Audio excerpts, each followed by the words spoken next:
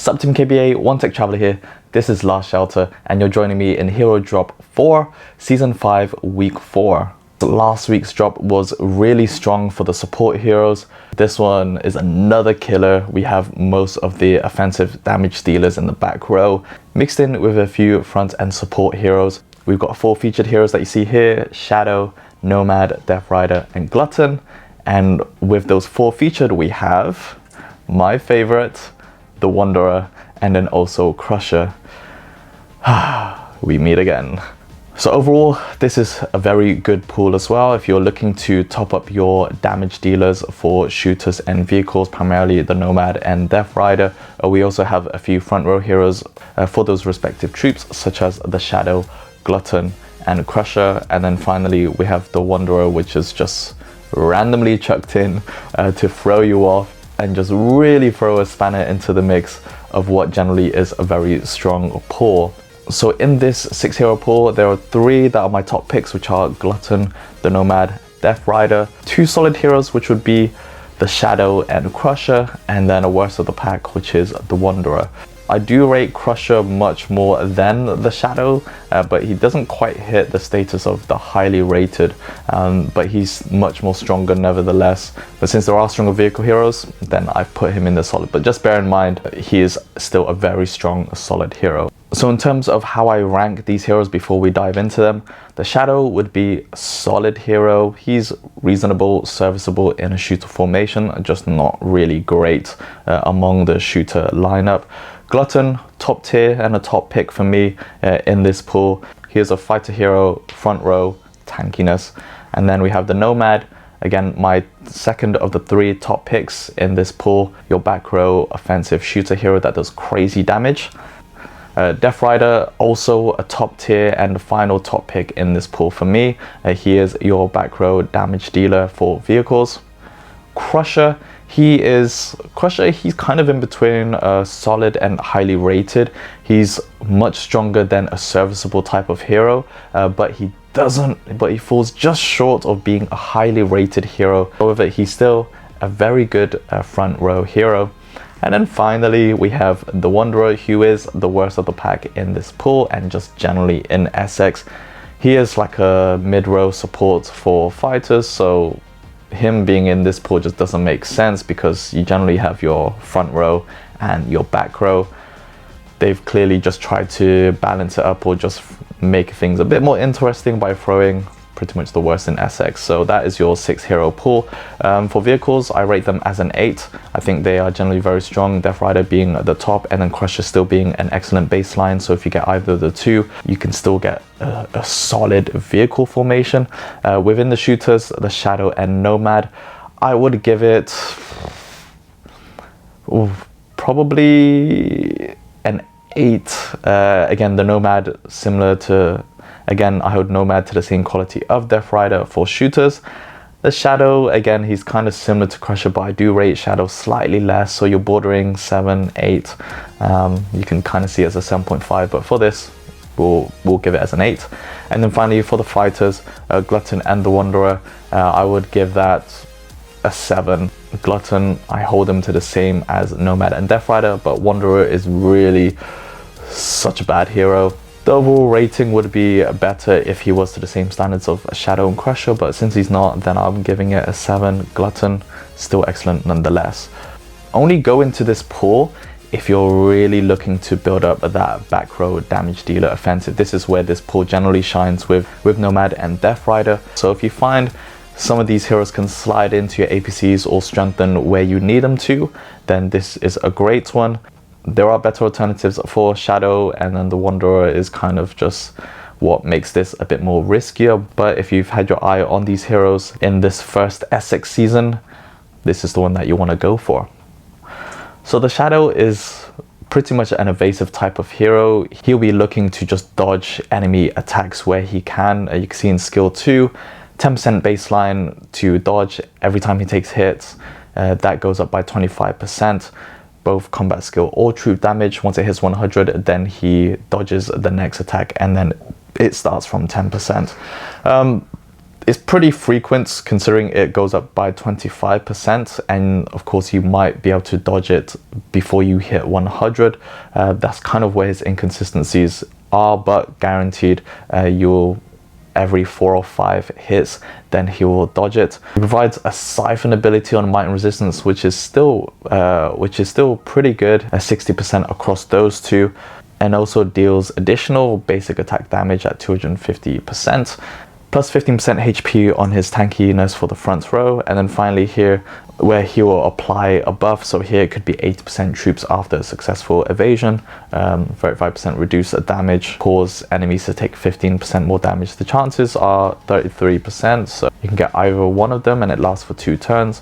But again, he's very self-sufficient. His hero synergy is okay, but not the best. You can see he's got a little bit of basic attack, but he's kind of contained in himself. So he's decent, offers something different, just not really as memorable as the other shooter heroes. So that's the Shadow.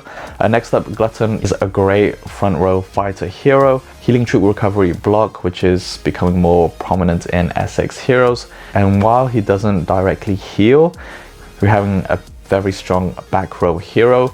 Converts 40% of the damage that they deal into healing for him. So Glutton is a very strong fighter hero, a combination of having that tankiness while also protecting the mid and the back row, and has that nice hero synergy from the back for that healing. The next up is Nomad. Again, he's the top rated shooter hero across all the SX heroes. He is very strong purely from the damage numbers that he deals. So here, for example, 742% damage to one enemy target. Also has anti-troop recovery block for 1 turn. 455% damage to an enemy, but here he increases basic attack damage by 60% for 1 turn. So kind of like your Captain Ivanov, your Valkyrie, he just self buffs his basic attack damage, which is awesome. And then finally evading assault. It's a status skill, so unlike the other one, which is a combat skill that needs to activate, this one is just going to be applied throughout, and it's just straight up 100% basic attack damage increase. So yeah, damage numbers crazy, much more consistent as well than say Hummingbird, and he doesn't require any turn prep, so he can be regularly hitting off his skills and basic troop attack damage.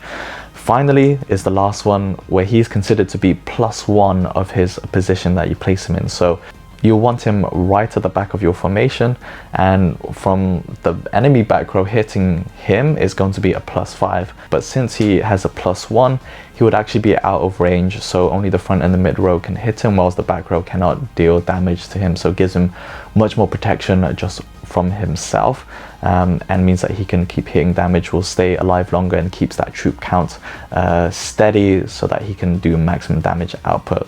Next up we have Death Rider. So you can see I had a copy of him from the first pour.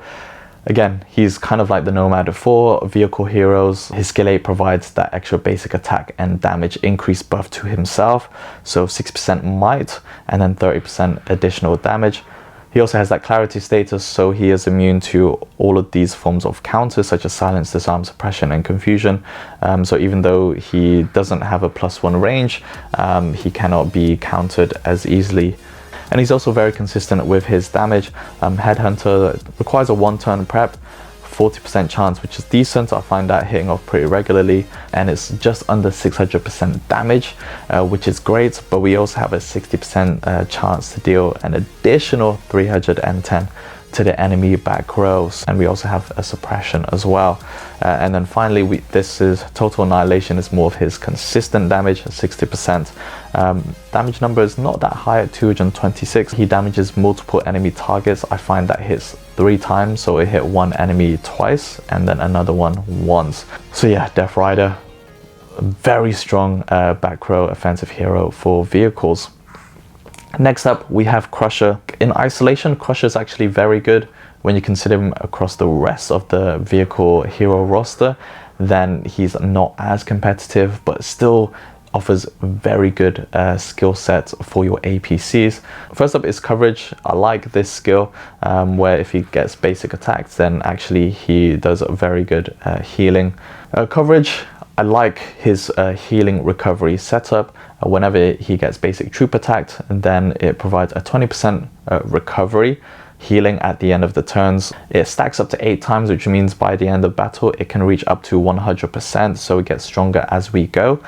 It's not as high healing as a Kamikaze, for example, the alternative front row hero, who's also a top pick, but his healing is still very good nonetheless and gets stronger as we go. So his overheat, now I'm not sure if this skill actually works properly, because he attacks 2 enemy squads for a total of 662%. However, it also says it damages his own squad at 331%. Seen in the battle reports, I don't see him hitting himself, so I don't know if that skill's actually working. It means you're able to hit enemies without hitting yourself.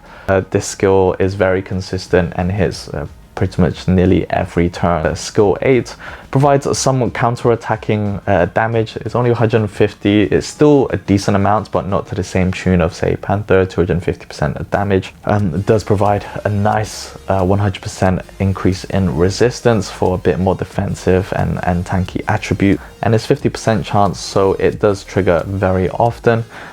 And finally, we get to the meme hero and my arch nemesis, the Wanderer. He is a support hero for fighters. Generally, you want him in the mid row, but to be honest, you just don't want to put him in an APC at all. Like, he's really not that good. It's generally just his numbers, like, it's very low. His chance rates are also very low, and just the quality of the skills just very lacking. And again, I've mentioned before, fighter heroes super strong, whether that's healing, whether that's damage output, whether that's counters. He just really doesn't stack up. So easily replaceable. He's serviceable, but to be honest, I'd even run pre-SX heroes. If you just want to fill in a mid row and lacking, then yeah, why not? But he is the weakest of this pool. I like that it's 2 turns and it's minus 80%, so it is pretty high, and it activates well. So you might find it giving a straight up enemy debuff for most of the battle. So it does help your back row dealing more damage, but yeah, it's okay. It's just very one-dimensional, that kind of skill.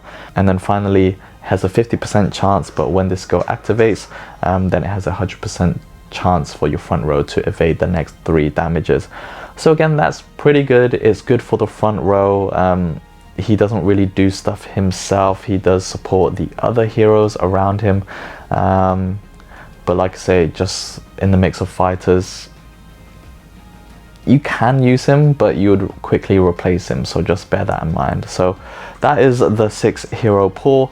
I think it's a very strong pool, especially if you're going for the offensive back row heroes in Nomad and Death Rider, but also getting a very strong fighter front row in Glutton. I would still say there's 4 out of 6 heroes that you'd be happy to get in this, which makes it more favorable. Again, depending on your RNG and luck, then you might find you get good returns on this. Now this drop appeared a little bit earlier than I was hoping for. I was kind of hoping it would be towards the end of the season, but it's kind of a midway.